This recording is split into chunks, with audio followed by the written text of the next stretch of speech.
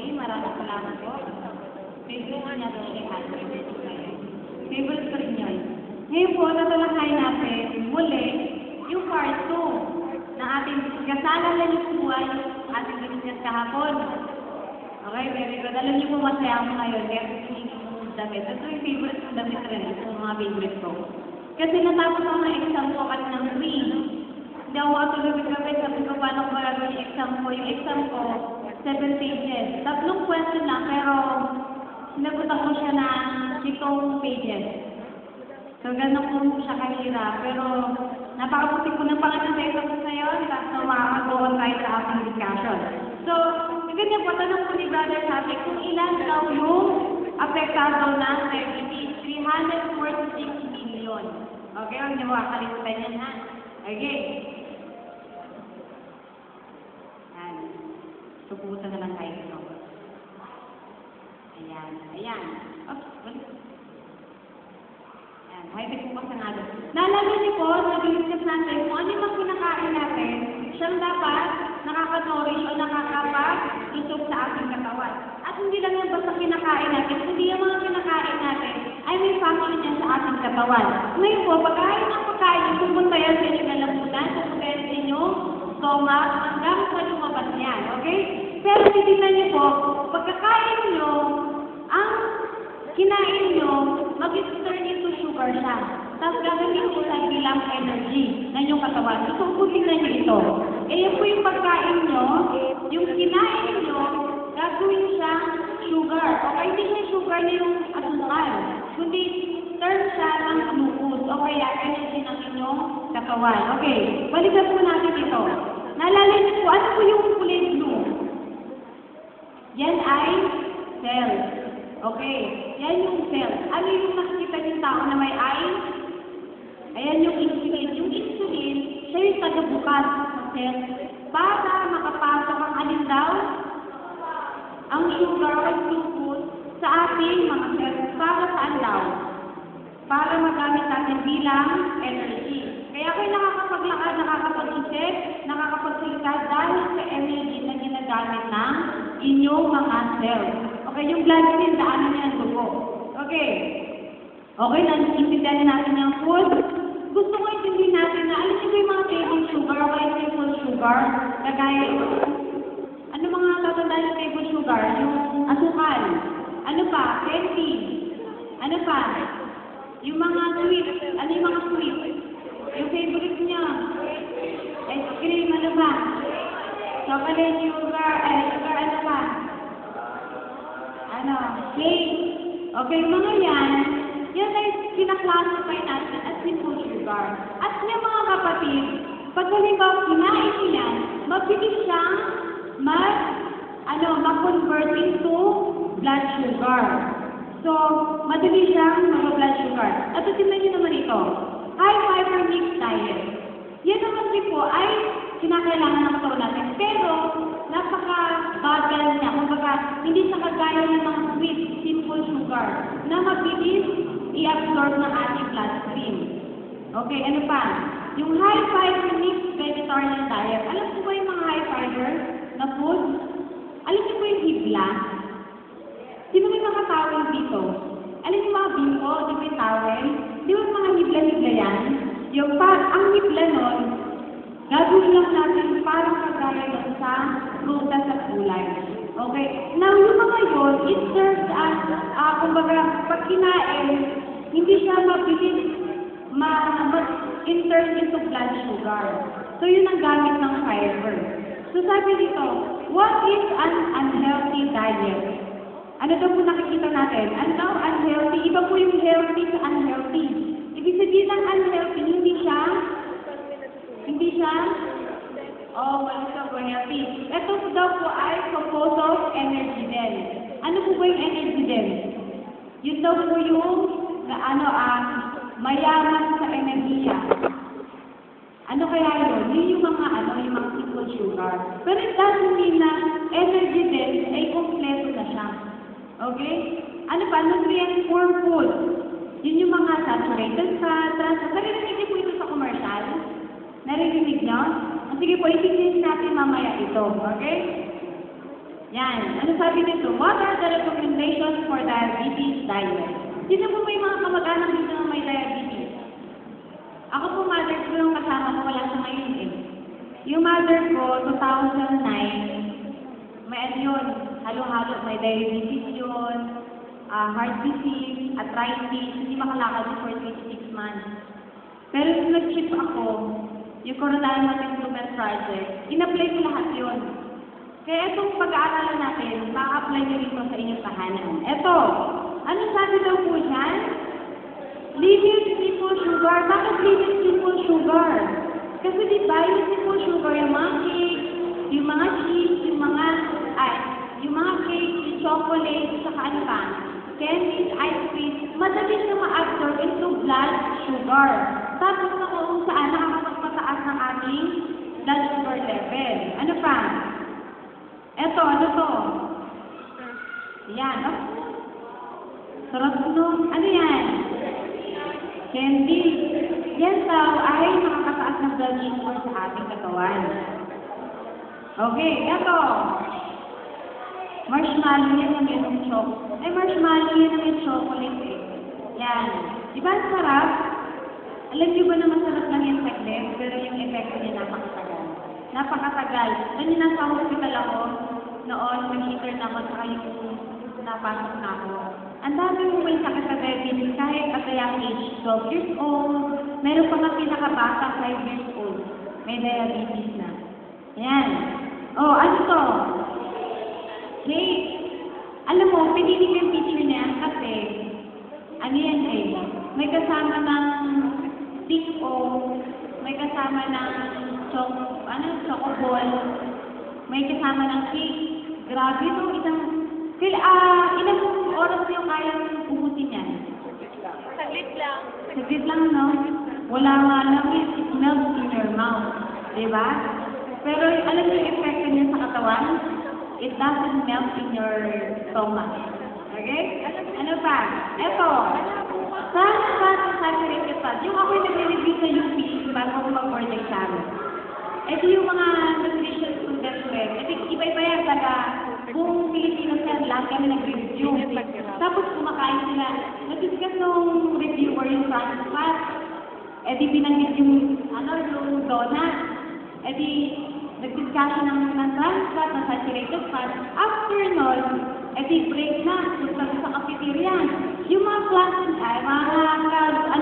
kasama ko, bilhin sila ng bilhin sila ng donut. Sabi ko, ano ba naman yan?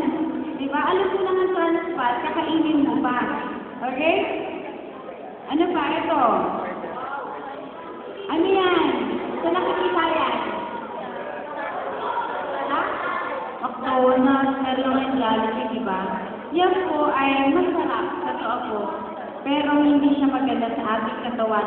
Ano po balik natin dito? Tingin nyo. Pipili kasi tayo ng the best na to ng pinaka-the best na choice. Ano yun? Okay, alam nyo po, pag nag-crave kayo dito sa matatamis, naranasan ko na po kasi nag-crave. Pag gusto kong kumain ng dream niya, ito ang kinakain ko. Ayan. Di ba po yung vodka, mura lang ngayon? Medyo pa wala na siya, pero 5 pesos lang yun eh. Di ba? Ano pa? Yung strawberry mahal yan. Ano ngayon may sake kayo ni Pastor, di ba? Ano ba? Meron akong nabiling pakwan. Pakwan yung 20 pesos, marami yun, marami na makain. Yung ano pa? Yung pinya. No, yung pinya, lalo na may summer. No? Pag halimbawa nakakaranas kayo ng gusto nyo matamis, yan ang kainin nyo. Kasi pag kumain kayo ng sweet, matamis siya, tapos parang gusto nyo pang kumain. Hindi kaya yung maliit na portion. Pero pag kumain kayo nito, tipid na kayo, masustansya pa, saka busog agad kayo. Okay? Ano pa?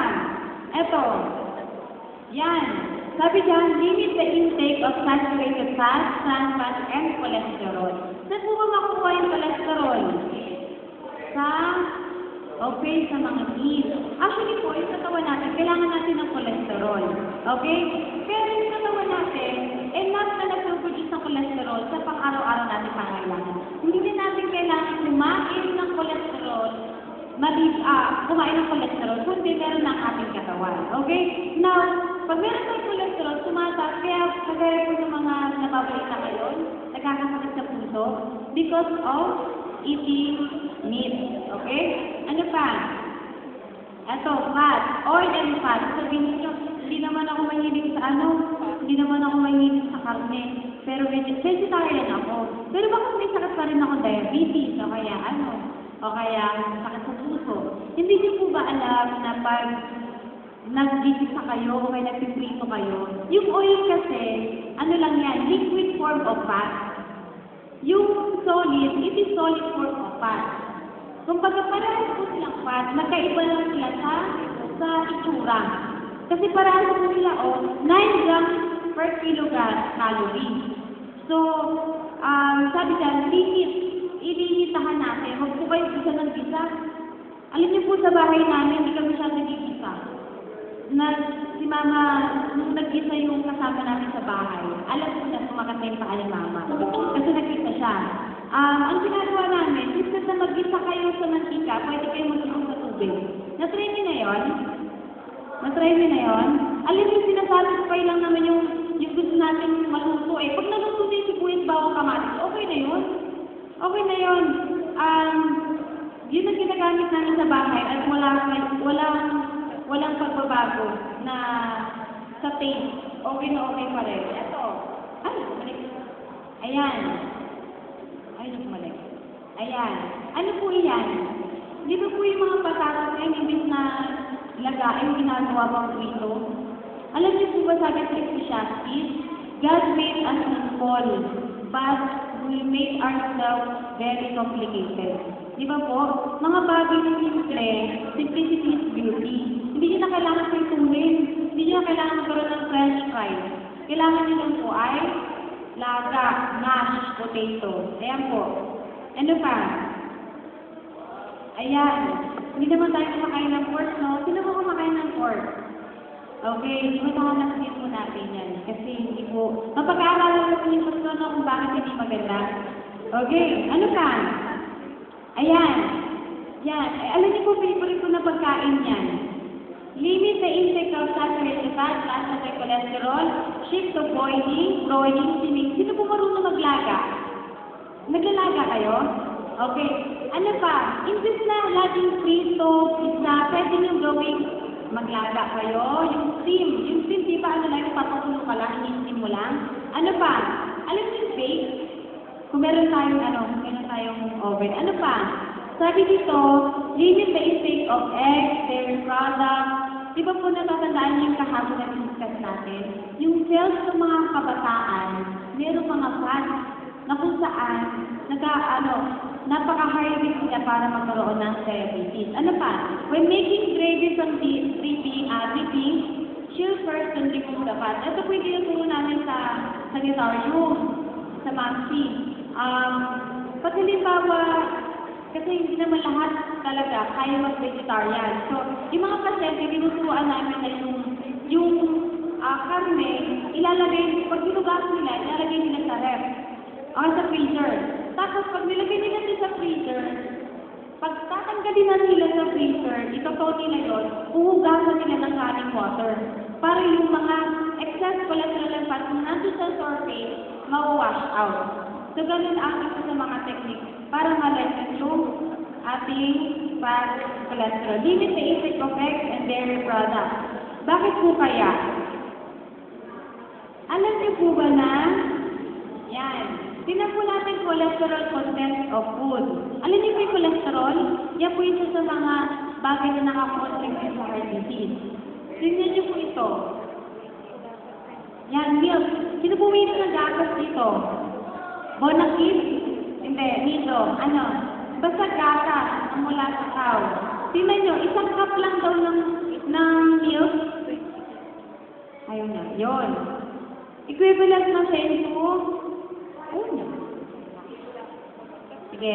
Equivalent lang niya daw into 5 milligrams of cholesterol. Isip nyo, maliit lang yan. Sige lang po, maliit lang. Mamaya tingnan natin. Cottage cheese, 1/2 cup lang yan, ha? Yan. Ano daw? Ilan daw?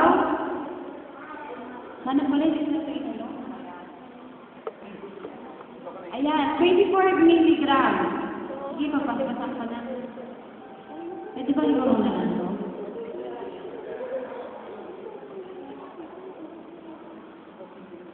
Ayun. Yan. Tignan niyo po siya.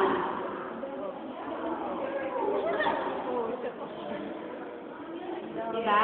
Mamaya titignan natin yan. Balik muna tayo. Ganyan po nagagawa ng high-tech. Ayan, okay. Cholesterol. Tignan niyo po yung egg. Isang egg lang daw. Ilan yung kanyang ano? Ha? Sige. Hindi ka nagagalawin. Hindi ka nagagalawin. Mag-aantay mo minsan. Ayan, tignan niyo po yung ano, yung egg. Isa lang yung egg ha. Ilan ang cholesterol niya? 220. Alam niyo po ba sa katawan natin? Dapat ang cholesterol natin. Mababa pa sa 150. Ang isang egg, lumalabas sa 150. Diba? Saglit na kainin ng egg, nakakadalawa pa tayo. 220 milligram of cholesterol. Ano yung liver? 370 milligram of cholesterol. Isipin niya, gano'n pa kaliit yung 2 slides, yung 5 ounce, maliit lang po yan. Mash up lang yan halo. Okay? So, sabi naman po dito, red meat, hindi na ako nagre-red meat, white meat. Nakakarinig po kayo ng ganyan? Hinahanap ko yung kanina, hindi ko mahanap off-time na ako. Pero if compare yung white saka yung red meat, walang pagkakaiba. Ganun din yung kanilang saturated fat, ganun din yung cholesterol nila, ganun din yung harmful effect nila sa ating katawan. Ito favorite feature ko to. Dati, noong 1950, ayan yung days para lumaki yung chicken. Ilang days? 70 days. Almost, 2 months may gift. No? Ano ba yung 2008? 48 days. Alam niyo po ba, may bago ngayon? 35 days na lang. No? Ibig sabihin, ganyan grabe sila ini-inject yung estrogen hormone para lumaki yan at napupunta sa tao. Ano pa? Alam niyo, dapat nakalagay din sa research, limit fast food. Ayoko lagay limit. Dapat no fast food. Okay? No fast food kasi it can contribute a lot in the diseases. Okay? Increased consumption of ano daw? Ano daw yung sabi ng consumption? Ang tagal ng consumption? Ang tagal ng consumption? Pagsubo. Pagsubo. Na mga fruits, vegetables, legumes, saka whole grain. Ayan daw po. Ano daw yung mga high fiber foods? Ano daw po? Fruits, vegetables. Ano yung legumes? Ito yan Ito yan. Teka. Ito yung whole grain. So, may pag-aaral. Ayan. Sino kumakain yan? Yan. Ano yung pag-aaral natin sa mga susunod? Kung gano'n siya bisa, lalo may arthritis. Okay? Sabi nila pag may arthritis, huwag daw kakain ng beans. Okay, mapag-aaralan po natin yan. At hindi po totoo yan. Okay? Ano pa? Eto. Okay? Yeah, natural sweetener. Kaya hindi ko nadala yung stevia. May stevia ako doon sa bahay. Ano siya? Plant siya na matamis. Hindi mo na kailangan gumamit ng asukal. So, dito pa lang sa natural sweetener natin, makaka-benefit na tayo ng malaki. Ano pa? Eto. Sino kumakain yan? Mangga. Ano yung favorite kong ulamin ng mangga? Nakaulam na kayo yan? Inuulam ko kaya yan? Ang sarap-sarap kaya yan. Ngayon, ang gusto ko dyan, lalo pag may diabetes kayo, ano yan, pwede kayo mag-blender. Sa unang araw, sa second and third, medyo tataas yung blood sugar mo. Pero, pagka fourth, tuloy-tuloy, manonormalize na yung blood sugar level mo. So, pero kung magaganyan ka, maganda, i-monitor mo talaga. Kasi maganda talaga yung process niyan. At sabi nga nila, pag may diabetes ka, huwag kang uminom ng mga ganyan. Pero I assure you, na-try na natin yan. Makakaganda yan sa blood sugar nyo. Eto, bakit ko pinili yung feature na yan? Kasi minsan, pag umiinom tayo, plain nasa baso lang. Pero di ba yung mata natin nakain din? So kahit hindi nyo lang ng kung wala kayong ganyang lemon, yung kalamansi, di ba? Design lang. Di ba? Para kasi, mas lalo tayo nagkakaroon ng appetite para kumain. Ano pa? Be creative, simplicity is beauty. So, hindi naman kailangan masyadong magarbo yung pagkain nyo. Simple lang, kulay lang, gandahan nyo lang yung arrangement, saka yung presentation niya. Masarap na yan. Okay. Bibilisan ko lang ito. Yan. Ito daw po yung mga bagay, risk factor, kung bakit magkakaroon daw po tayo ng diabetes. Okay, inactivity. Yung inactivity, sino ba lagi nakaupo dito? Ikaw, lagi nakaupo. Alam niyo po, pag lagi kayo nakaupo, practicing to be paralyzed kayo. Ha? Kasi hindi maganda yun. Alam niyo po sa maalala ko kaya nagka-bone cancer yung isang story doon. Kasi, nagdang lang siya naglalakad, tapos wala siya masyadong ginagawa, tapos yung asawa niya, yung nasabi gumagawa. So, nagkaroon siya ng bone cancer. So, kayo kailangan, nag-exercise kayo, kanina umaga nag-exercise ako. Kahit maaga ko nagising pero nakapag-exercise pa rin.